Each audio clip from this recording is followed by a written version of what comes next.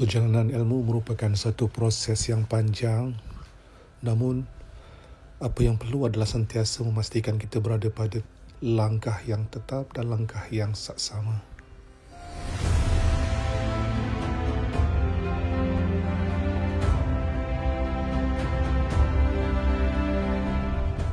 Ilmu bukan untuk dibanggakan atau untuk menjadikan kita rasa hebat pada kalangan manusia. Ia adalah untuk memastikan kita sentiasa mengikuti hukum Allah Subhanahu Wa Taala.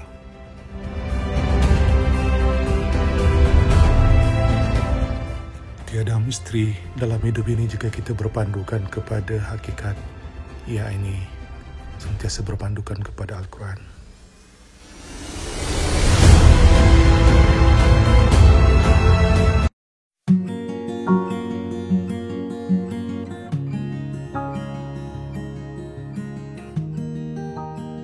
Salam sejahtera tuan-tuan dan puan-puan yang saya hormati sekalian.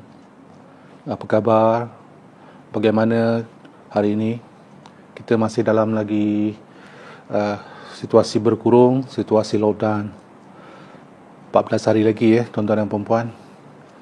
Walau bagaimanapun, ambillah ini sekali lagi sebagaimana selalu saya nyatakan sebagai satu anugerah, sebagai suatu suasana yang tidak ada sia-sia. Ada hikmah atas apa yang berlaku.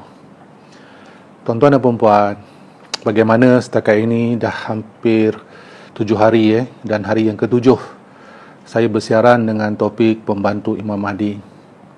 Dah kita tahu daripada apa yang telah saya nyatakan, yang pertama, yang kedua, yang ketiga dan semalam yang ke-6. Bermula daripada para sahabat, nilai-nilai yang ada pada para sahabat sehingga nilai-nilai yang ada pada malaikat. Maka di sini tuan-tuan dan puan-puan, untuk saya merumus lagi, masa telah pun saya letakkan dengan begitu khusus kepada setiap penceritaan yang mana telah pun saya rumuskan satu persatu daripada setiap yang telah diperjelaskan mengikut episod-episod yang terdahulu. Maka untuk itu hari ini saya terus sajalah pergi kepada topik yang ke-7. Topik yang ke-7, pembantu Imam Mahdi peringkat yang ke-7. Tuan-tuan dan puan-puan, ini semua adalah satu aturan, adalah satu perkara yang telah dilaksanakan, yang telah diperintahkan oleh Allah Subhanahu Wa Taala kepada baginda Rasulullah sallallahu alaihi wasallam sebagai rasul yang terakhir, sebagai pemimpin kepada sekalian makhluk, sekalian umat manusia. Maka daripada situ telah diturunkan kepada kita, yakni umat beliau, tidak kiralah di mana juga berada, untuk kita memahami, dan di situ ditinggalkan kepada kita Al-Quran dan sunnah beliau. Daripada situ akhirnya kita dapat memahamkan posisi diri kita, tanggungjawab kita di atas muka bumi, apa yang perlu kita lakukan, do and don't, dan daripada situ juga kita akan tahu peranan kita yang telah saya jelaskan satu persatu daripada siri yang pertama, bagaimana untuk memposisikan diri kita sebagai pembantu Imam Mahdi. Baiklah, untuk yang kali yang terakhir, dalam episod yang terakhir ini, biar saya perjelaskan bahawa sesungguhnya apabila saya menyatakan posisi sebagai pembantu Imam Mahdi, ia adalah sesuatu perkara yang sebenarnya mempunyai nilai-nilai yang khusus yang mampu kita miliki sekiranya kita berusaha, tuan-tuan dan puan-puan. Walau bagaimanapun, atas namanya usaha, apa yang kita capai, apa yang kita perolehi, pada apa juga situasi dan kadar dan kapasiti yang kita miliki, maka redalah kita akhirnya. Reda menerima apa juga, reda menerima apa juga yang telah ditetapkan oleh Allah Subhanahu Wa Taala berdasarkan kepada usaha yang telah kita laksanakan. Sekiranya kita telah melakukan segala upaya yang kita miliki dengan menghimpunkan semua kekuatan yang kita miliki, dengan segala tenaga-tenaga yang kita dianugerahkan, dengan segala kapasiti harta benda yang kita miliki. Namun begitu, kita tidak akan tahu sebenarnya, tuan-tuan dan puan-puan, cukup atau tidak cukup jumlah tersebut ataupun effort tersebut ataupun usaha tersebut untuk menjadikan diri kita sebagai pembantu Imam Mahdi. Apa yang penting di sini tuan-tuan dan puan-puan, kita memang tidak tahu, kerana yang mengetahui, yang maha mengetahui hanyalah Allah Subhanahu Wa Taala. Tapi apa yang perlu kita tahu tuan-tuan dan puan-puan, kita perlu tahu bahawa kita hanya ada satu pilihan saja dalam hidup kita, iaitu kita kena jadikan diri kita sebagai pembantu kepada Imam Mahdi apabila sampai waktu-waktunya. Bukan bermakna kita akan berada bersama beliau pada saat di mana beliau akan hadir. Kita pun tak tahu bila dia akan hadir, kita pun tidak dapat maklumat yang jelas bila beliau akan hadir. Cuma kita yakini bahawa Imam Mahdi akan hadir. Itu yang penting. Sebagaimana kita meyakini akan berlakunya kiamat, maka kita kena meyakini akan adanya sosok, iaitu Imam Mahdi yang akan memimpin dunia kepada ke arah kebaikan sebelum tamatnya perjalanan alam semesta. Maka atas dasar itu, meyakini itu, jadi keimanan kita harus jelas bahawa ianya bukanlah sesuatu yang hanya menjadi sebagai satu kisah, tapi ia adalah satu perjalanan. Perjalanan bagi diri kita, tuan-tuan dan puan-puan. Perjalanan untuk kita menempuh apa yang sedang kita lalui ini dengan jelas. Maka di situ datangnya Al-Quran, sunnah baginda Rasulullah SAW di dalam menempuh perjalanan hidup kita di atas muka bumi yang penuh dengan liku-liku. Jadi apa yang kita dah bangunkan, apa yang dah kita usahakan, yang tuan-tuan dah usahakan selama ini, setelah menghitung apa yang saya sampaikan, maka kita tahu bahawa kita tidak memiliki apa-apa kapasiti yang jelas. Sebanyak mana sekalipun harta-harta yang kita miliki, sebesar apa sekalipun gunung emas yang kita miliki, tetap untuk memposisikan diri kita mendekati atau menjadi pembantu Imam Mahdi, jika kita lihat kepada dasar-dasar yang telah dinyatakan, maka kita amat jelas bahawa kita harus kembalikan diri kita kepada Allah Subhanahu Wa Taala untuk memohon ihsan daripada Allah Subhanahu Wa Taala. Ihsan untuk kita berada dalam kelompok Imam Mahdi, walaupun tidak sebagai pembantunya. Ihsan daripada Allah untuk menjadi masyarakatnya. Ihsan daripada Allah untuk kita menjadi salah seorang daripada rakyat yang mana negara diperintah oleh Imam Mahdi atau dalam pemerintahan Imam Mahdi. Tuan-tuan dan puan-puan, dengan itu kita akan dapat memposisikan diri kita kepada satu perkara sahaja, iaitu kita ingin selamatkan diri kita, kita ingin selamatkan keluarga kita, kita ingin selamatkan mereka-mereka yang kita kenali, agar mereka kita khususnya dapat sama-sama bergandengan, saling ukhuwah di antara satu sama lain di dalam masyarakat Imam Mahdi. Maka itu tuan-tuan dan puan-puan, apa juga usaha yang kita lakukan, apa juga usaha yang tuan-tuan telah lakukan, tidak ada yang sia-sia. Tidak ada sesuatu pun yang tertinggal daripada hitungan Allah Subhanahu Wa Taala. Maka kita kembalikan diri kita, mulai daripada saat ini, mulai daripada hari ini, untuk kita letakkan posisi untuk bersangka-sangka baik, sebagaimana yang saya kata sebelum ni, untuk kita meletakkan posisi kita supaya kita dapat kembalikan diri kita kepada suatu posisi yang jelas, iaitu ke arah kebaikan. Bagaimana tuan-tuan dan puan-puan? Boleh Jadi saya teruskanlah kepada topik yang ketujuh, iaitu pembantu Imam Mahdi yang ketujuh. Tuan-tuan dan puan-puan sekalian, pembantu Imam Mahdi yang ketujuh tidak lain tidak bukan, iaitu Allah Subhanahu Wa Taala. Allah lah sebaik-baik pelindung, Allah lah sebaik-baik tempat untuk kita memohon pertolongan, Allah lah sebaik-baik tempat untuk kita mengadu segala masalah kita, tempat kita menyatakan apa juga kekurangan-kekurangan yang kita miliki untuk mendapatkan keampunan, untuk mendapatkan segala jawapan yakni daripada Allah Subhanahu Wa Taala. Tidak ada yang lebih baik, tidak ada sesuatu yang dapat menandingi, tidak ada makhluk, mana-mana makhluk yang dapat menggantikan Allah Subhanahu Wa Taala di dalam apa juga perkara. Maka tuan-tuan dan puan-puan, Imam Mahdi adalah makhluk. Imam Mahdi adalah manusia yang dijadikan oleh Allah Subhanahu Wa Taala. Bukan jadi dengan sendirinya, bukan beliau datang dengan sendirinya. Beliau adalah nukleus kepada hubungan manusia dengan Allah Subhanahu Wa Taala. Dia menjadi sosok yang akan mengembalikan syiar Allah Subhanahu wa taala di atas muka bumi. Maka tuan-tuan dan puan-puan, beliau tetap memerlukan pembantu. Beliau tetap memerlukan perlindungan. Dan perlindungan itu sebesar-besar perlindungan, sebesar-besar pembantu yang tidak ada tolok bandingnya, yakni Allah Subhanahu wa taala. Maka lengkaplah tuan-tuan dan puan-puan, lengkaplah segala-galanya atas perjalanan Imam Mahdi. Setelah beliau mendapat sokongan-sokongan, mendapat dokongan-dokongan daripada semua peringkat, daripada peringkat yang pertama, kapasiti sahabat-sahabat baginda Rasulullah sallallahu alaihi wasallam, kapasiti sebagaimana pemuda-pemuda Al-Kahfi, kapasiti sebagaimana tentera-tentera perang Badar, para anbiya, para rasul, para malaikat.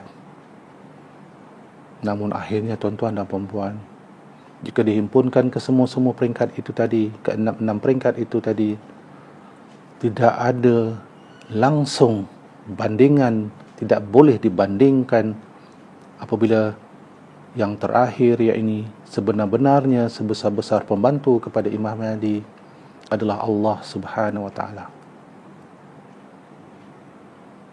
Jadi tuan-tuan dan puan-puan, lengkap bukan? Lengkap bukan segala yang telah saya nyatakan? Akhirnya kembali juga kita kepada Allah Subhanahu wa taala.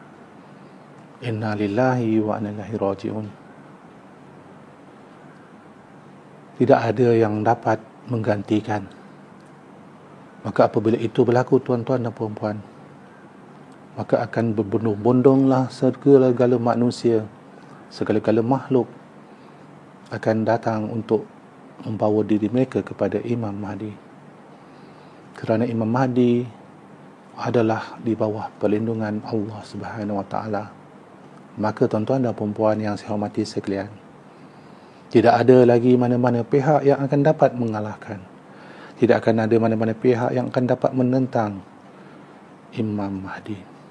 Pasti akan datang Imam Mahdi dengan membawa cahaya kebenaran.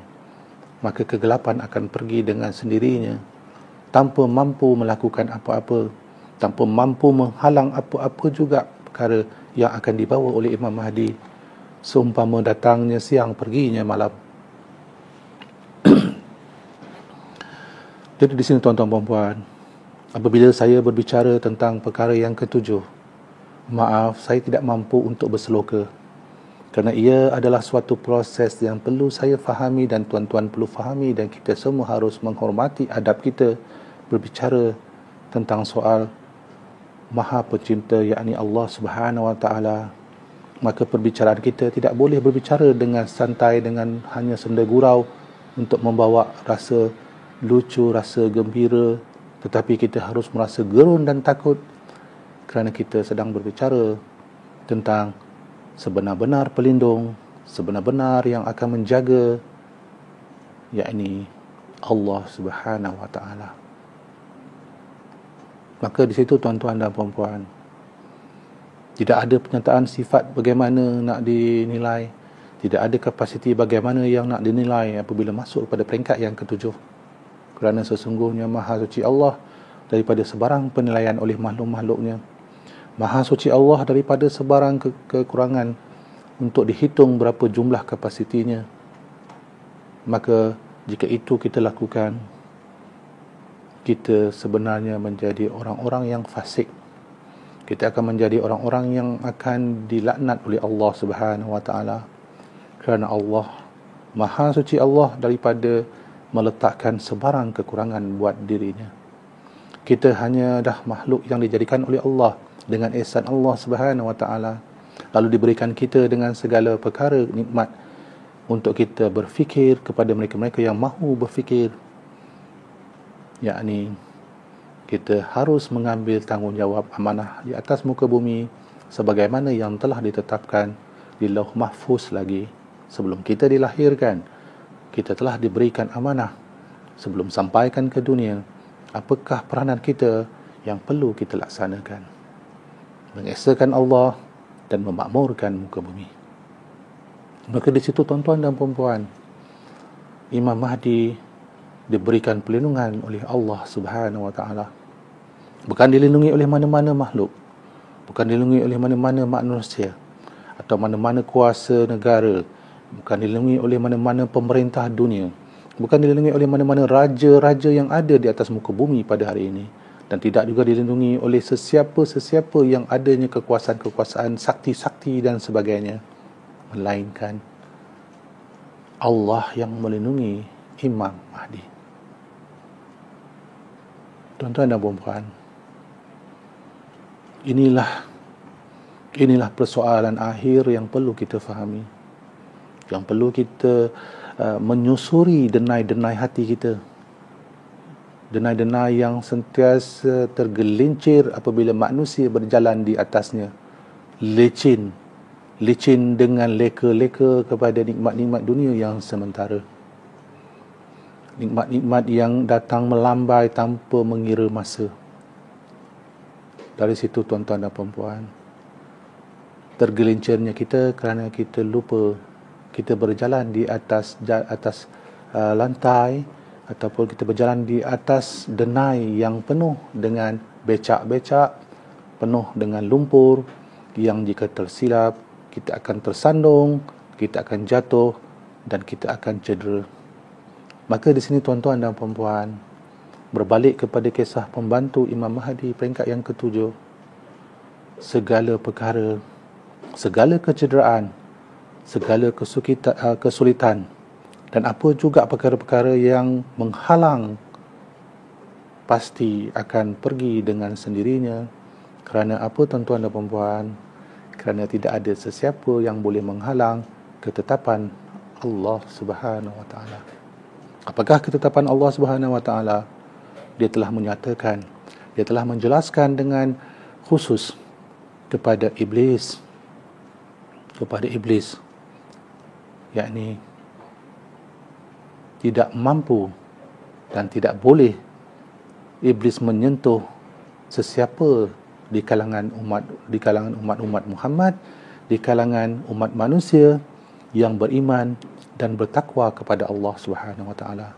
Itu bukan bahagianmu, bukan bahagian iblis, bukan bahagian syaitan-syaitan yang direjam. Kerana bahagian-bahagian yang syaitan-syaitan yang direjam, bahagian yang iblis adalah mereka-mereka yang ingkar kepada perintah Allah, yang lupa kepada janjinya kepada Allah, yakni orang-orang kafir, orang-orang yang sentiasa menidakkan kebenaran, yang sentiasa membawakan kerosakan di atas muka bumi. Maka itulah golongan-golongan yang menjadi makanan kepada iblis, makanan kepada Dajjal, makanan kepada syaitan-syaitan yang direjam. Bukan mereka-mereka yang melaksanakan perintah Allah dan Rasulnya, dan mereka-mereka yang beriman dan bertakwa sebagaimana yang Allah firmankan di dalam Al-Quran. Itu bukan bahagian kepada iblis. Jangan engkau ganggu, jangan cuba engkau dekati, kerana mereka-mereka itu di bawah perlindungan aku, kata Allah Subhanahu wa taala. Jadi perlindungan Allah adalah perlindungan yang terbesar. Maka begitulah yang berlaku kepada Imam Mahdi, tuan-tuan dan puan-puan. Kisah yang kita dengar daripada hari yang pertama sampai hari yang ke-7 pada hari ini amat jelas, amat lengkap. Apa dia?